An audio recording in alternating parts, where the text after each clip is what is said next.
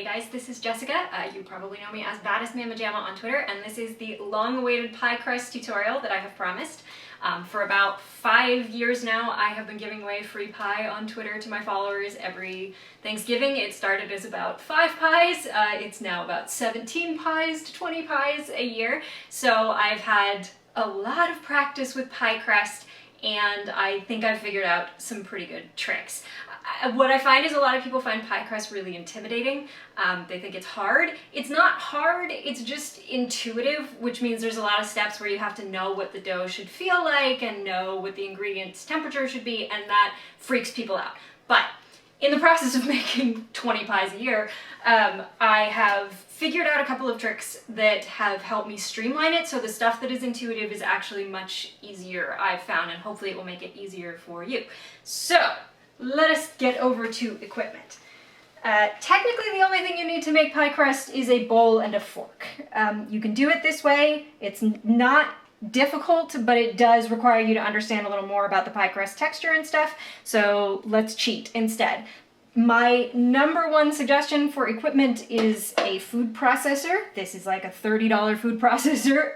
Probably you got one as a housewarming gift at some point. They're really easy to find, and it makes the beginning of dough much easier. I also like to use a food scale to weigh my ingredients. You don't need to. My mother never does. She's the best cook in the world, and the woman has never measured an ingredient in her life. And then my third, you must have this tool. This is the secret weapon to great pie crust, is a sport top or straw top bottle of extremely cold ice water. Like out of the freezer, as cold as you can get it. This is the magic ingredient. It is the key to all things. We'll get to that in a minute. So, ingredient-wise, my basic sweet pie crust recipe, which is adapted from a Smitten Kitchen recipe, is 310 grams of all-purpose flour, which is about 2.5 cups, a tablespoon of granulated sugar, which is 12 grams, and about 1.5 teaspoons of salt, which is 6 to 7 grams. I use unsalted butter. Obviously, if you're using salted butter, use less salt. This is also a recipe for a double pie crust like you'd need for apple or cranberry, anything that has 2 pie crusts. If you are making 1 pie crust, cut it in half. And then the other thing you will need is 2 cubes of unsalted butter that I have cut up into chunks. You can use salted butter, cut down the salt, no one will know the difference. All right.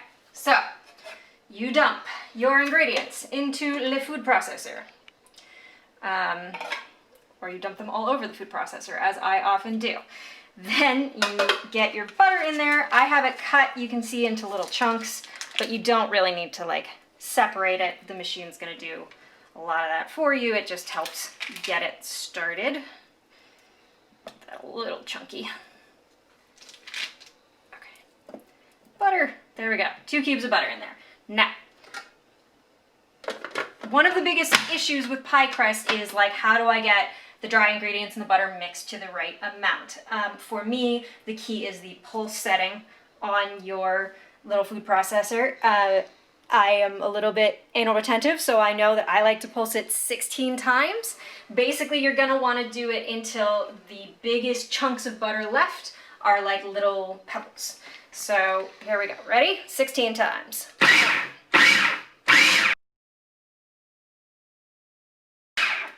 Okay, so why did we do that? So the thing with pie crust is that you want the butter to be in small pieces, but not fully dissolved. And I find that when I use the pulse setting about that much, you'll see when I dump it in here, we get tiny little pieces of butter that are about pebble sized. See how it's not totally dissolved. The butter has not vanished. You want that because the little chunks of butter are what are going to give you a flaky pie crust, or laminated. Don't worry about the word laminated, it just means flaky. If the butter totally dissolves, your pie crust will still taste good, but it won't have the beautiful layers and be nice and crunchy and flaky. So now we're going to go on to our magic ingredient. Again, the magic ingredient of ice water. And what we're gonna do, and the reason why the sport top bottle is so important, is it allows you to just shake water all over it. Why do we shaky shake instead of just dumping water into it? Because the dough needs to get water into it evenly. If you dump too much into one spot, you'll get gross slimy spots in your dough while other spots are still dry. You can do this with a fork and it'll help you break up the butter a little bit more as you go. I'll be using my hands more later. Another good reason to use the fork is that you still want to keep the butter very cold, and the more you have your hands in there, the warmer it's gonna get.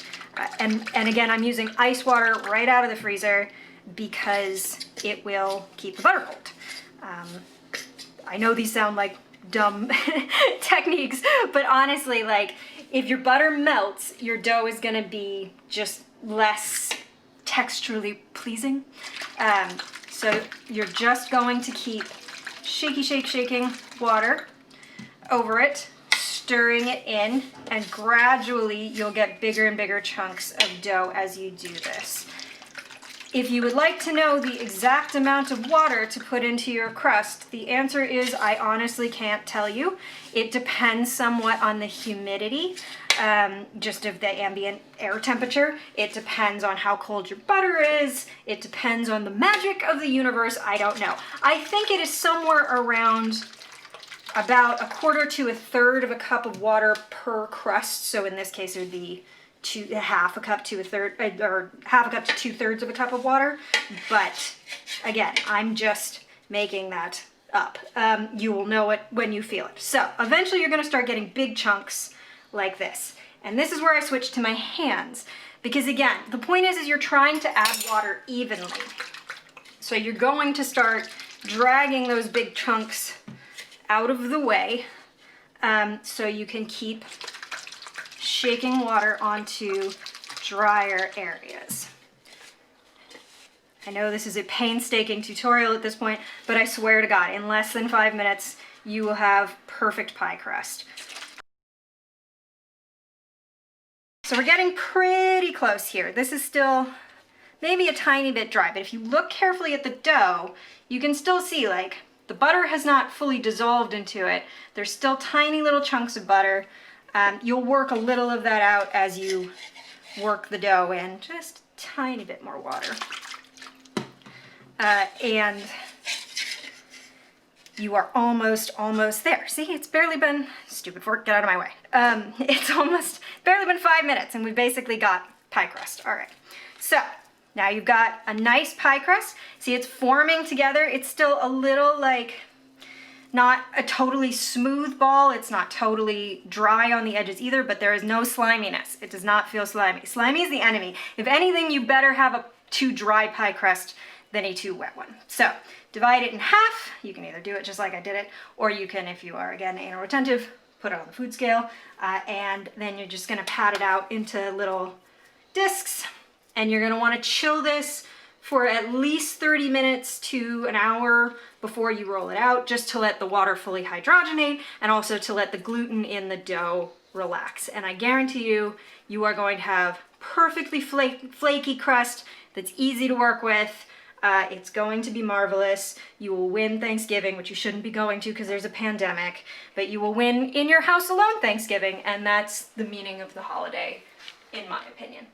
So that's it. That's your basic pie crust tutorial. I'm going to cover rolling it out in a second tutorial, just to walk you through that part. I hope that helped. Thank you very much for following me on Twitter, 50,000 insane people, and happy Thanksgiving.